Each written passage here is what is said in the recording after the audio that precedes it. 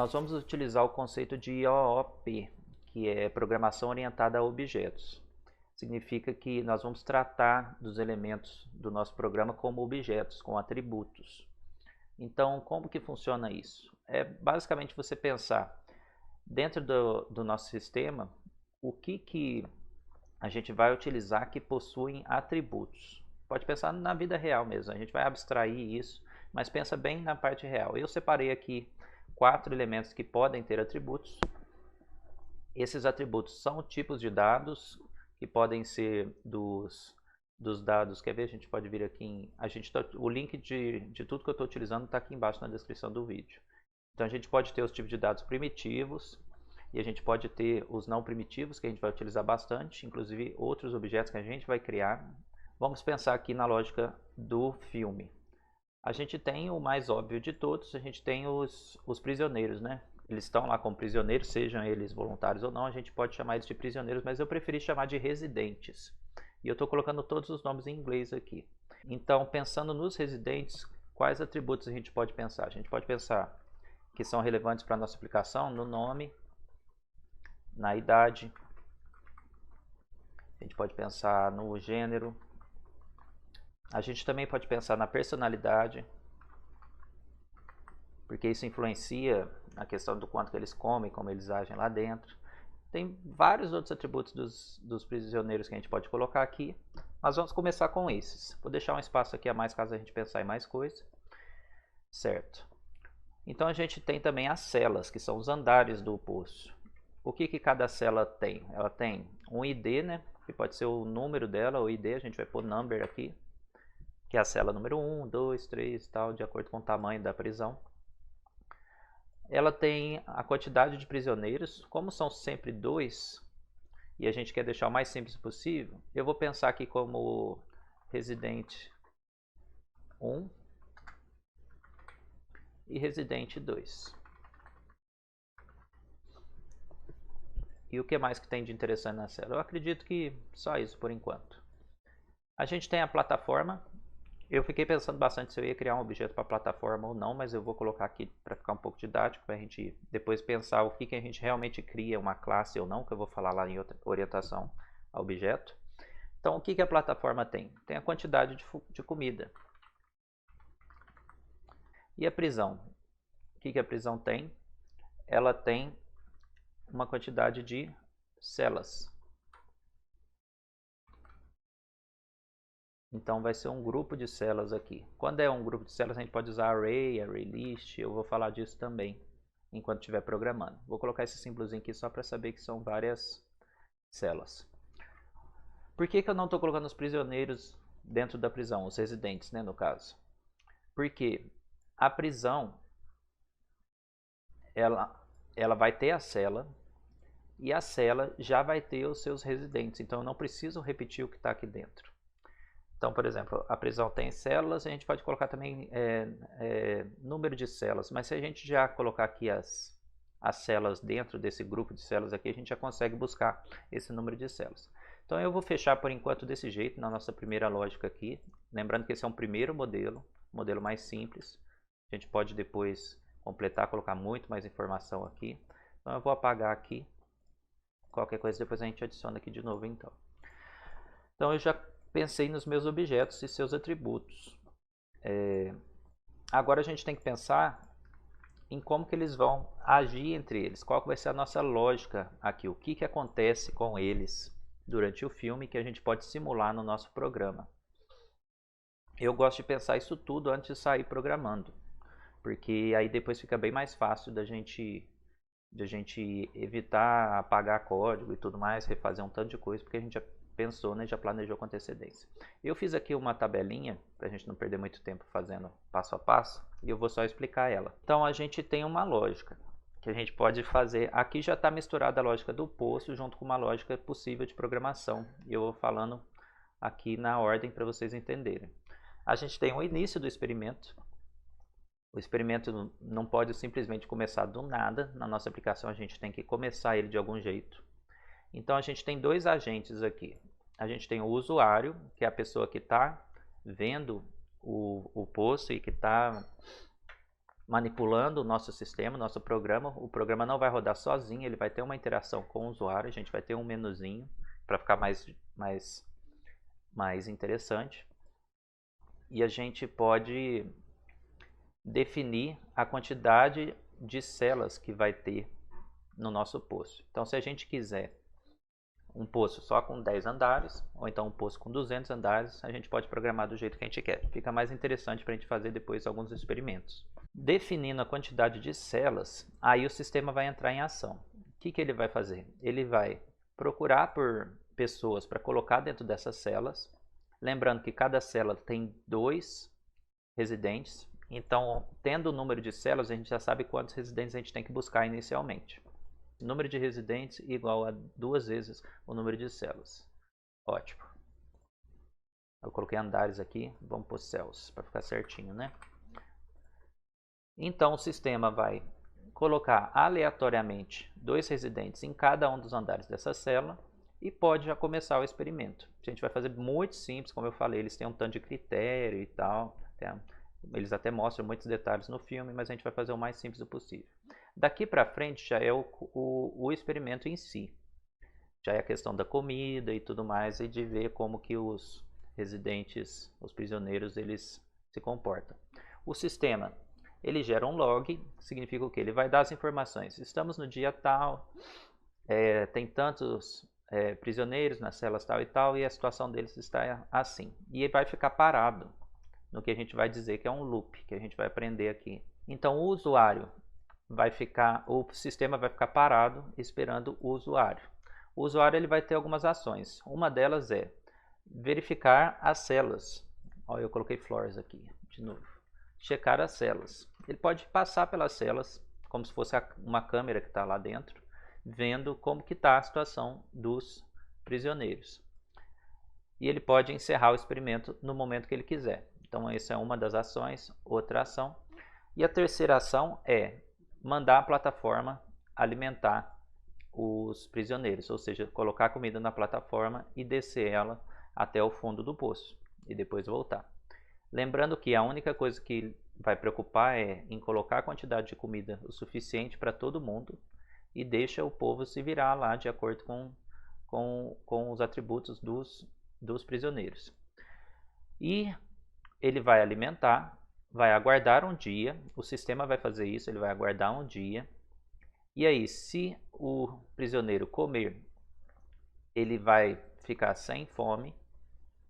E se o prisioneiro não comer, ele vai aumentar um nível de fome dele, que a gente vai criar dentro dele aqui. Inclusive, a gente já pode até voltar aqui e pensar nisso. Espera aí. Se o prisioneiro vai ter um nível de fome, então eu tenho que colocar isso no meu objeto aqui. Eu vou duplicar uma característica aqui e vou colocar hunger. Então, tudo que a gente for vendo que vai ser necessário no nosso objeto, a gente pode ir colocando aqui para depois, quando for programar, ficar tudo muito mais rápido. Então vai ter um nível aqui de fome dele. Então, aguardou, alimentou todo mundo ou não, né? Que a gente vê que a minoria, inclusive, se alimenta.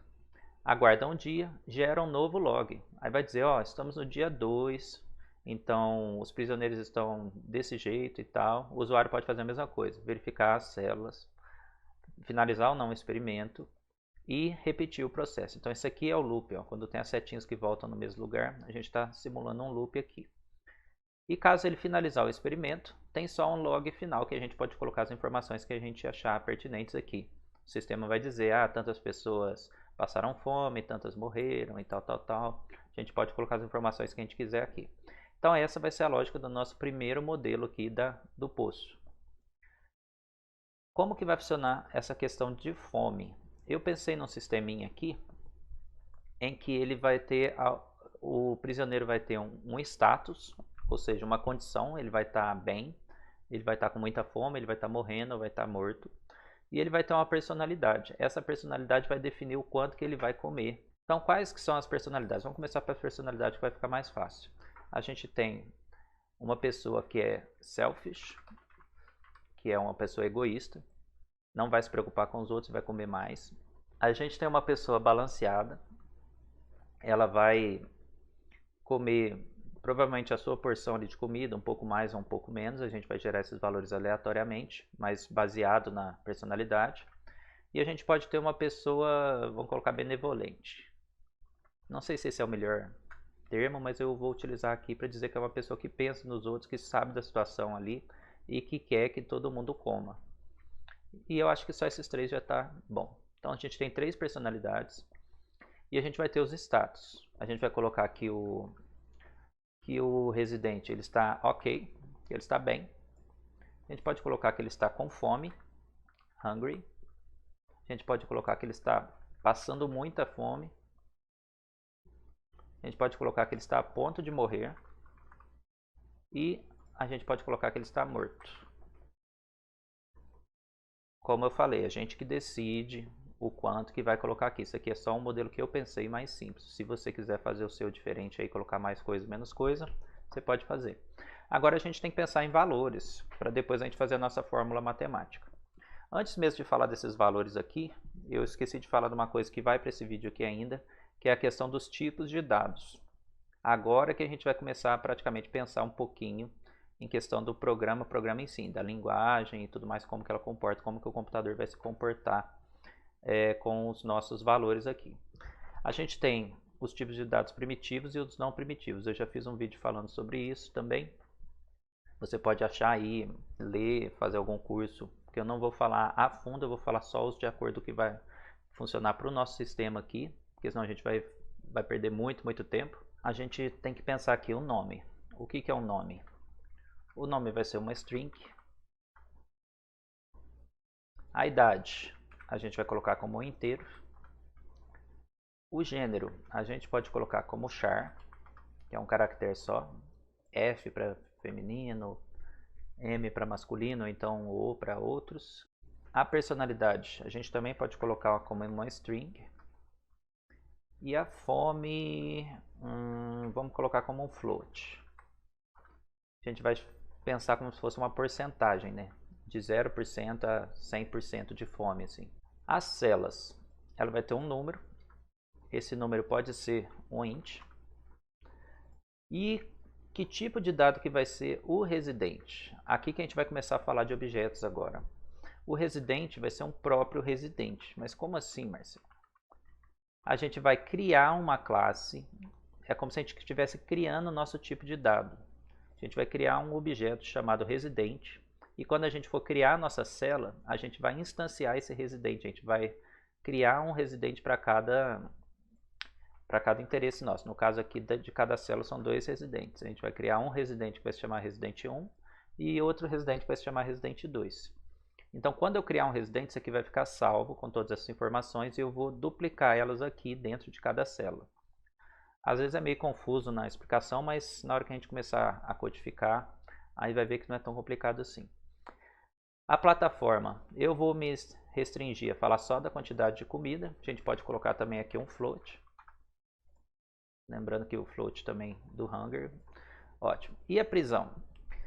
Aqui é o mesmo esquema. Eu coloquei aqui um array de células. O que significa? É um grupo de células, um amontoado de células. Mas eu mudei de ideia. Para a gente já usar algumas funções e aprender uma estrutura de dados aqui que vai facilitar muita coisa para a gente pode utilizar um array list, que eu vou explicando quando a gente for utilizar. Então é um array list do tipo célula, que vai se chamar células.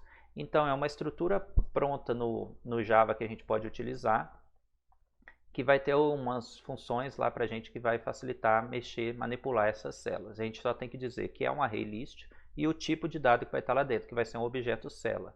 Assim como eu criei um residente aqui, eu estou criando um grupo de células. Eu poderia ter feito até, inclusive, para as próprias células, um grupo, caso for colocar mais de 2 pessoas e tudo mais. Se a gente for expandir esse programa para uma lógica maior, porque tem gente que muda de célula, sobe, desce e tal, a gente poderia criar esse array list aqui também, mas por enquanto eu vou deixar dessa forma. Então, a gente não finalizou ainda, falta pensar um pouquinho em questão da lógica, a questão da relação comida e fome. Então, eu falei que a gente vai ter um atributo fome aqui em cada residente, e já falei que vai ser de 0 a 100. Então, vamos pensar assim, quando eles estiverem ok, eles vão estar com 0 de fome. Bem, eu já preenchi tudo aqui e vou explicar para ficar mais rápido, porque o vídeo tinha ficado longo. Se a fome for menor do que 20, ele vai estar ok. Ou seja, se ele tiver com 0 de fome até 19, ele está ok. Passou de 20 e chegou até menor que 50, ele está hungry, ele está com fome. De 50 até 80, ele vai estar starving, que vai estar morrendo de fome. De 80 até menor ou igual 99, ele vai estar dying, vai estar literalmente morrendo. E se chegar a 100 ou mais, né? Vou até colocar maior aqui, porque aí a gente evita algumas tretas. Maior ou igual a 100, ele vai estar morto. Então, se passou aqui do 100%, ele morreu de fome. Lembrando que para funcionar do jeito que a gente falou aqui, vai usar o if-else, que também vai explicar quando estiver codando lá. E em relação à comida e personalidade, a gente vai ter uma peça de comida por pessoa. Então, por exemplo, se tiver 100 prisioneiros, 50 andares, 100 prisioneiros, a gente vai ter 100 porções de comida. E cada um precisa comer pelo menos meia porção de comida para não morrer de fome. Ele vai estar em condições ruins e tal, mas vai pelo menos sobreviver durante o experimento. Então eu coloquei aqui que o egoísta, o selfish, ele come entre uma porção e 4. Esse valor vai ser gerado aleatório de acordo com a personalidade. Se ele for uma pessoa equilibrada, ele vai comer uma, no máximo 2 porções. E se ele for uma pessoa que pensa nos outros, que eu coloquei o nome aqui de benevolente, ele vai ser 0,5, ou seja, meia porção e uma. Esses valores vão ser gerados aleatórios. E como que isso vai funcionar? Como a gente vai gerar as personalidades aleatoriamente, vamos supor que tenha 100 pessoas, e aí 30% delas, 33% delas, 0,3 é benevolente, 33 balanceada, 33 egoístas. Como mesmo as benevolentes comem no mínimo meia porção, e os balanceado e egoísta já está comendo mais do que por uma pessoa, se tiver equilibrado em questão de personalidades, ainda assim vai faltar comida. Se tiver bem equilibrado, eu acredito que vai faltar, sei lá, cerca de 10, 20% das pessoas vão ficar sem comer, se bobear até mais. Se tiver muitas pessoas benevolentes, dependendo da quantidade de egoístas, ainda assim pode faltar comida para alguma pessoa, porque ele come até mesmo que 4 pessoas poderiam comer. O que a gente vê no filme lá, que fica bem claro que a quantidade de comida não é o farta assim por pessoa, é realmente um mínimo. Tanto é que o próprio protagonista lá, ele pediu os caramujos, né? Ele colocou que a comida dele preferida são aqueles caramujos. Se ele comer, são poucos caramujos. Então, se ele comer um pouquinho mais além dos próprios caramujos que ele pediu, ele já vai estar comendo de outra pessoa. Então, assim, realmente é uma situação muito deplorável. As pessoas não pensam que é comer por sobrevivência, eles pensam que é comer o quanto der e pronto. Então, no caso médio aqui da aleatoriedade aqui, vai faltar comida pra caramba. Se tiver um pouquinho, um caso bom, que tiver bastante benevolente e bastante balanceado, ainda assim correm o risco de faltar comida. E se tiver muita gente egoísta, vai morrer gente pra caramba.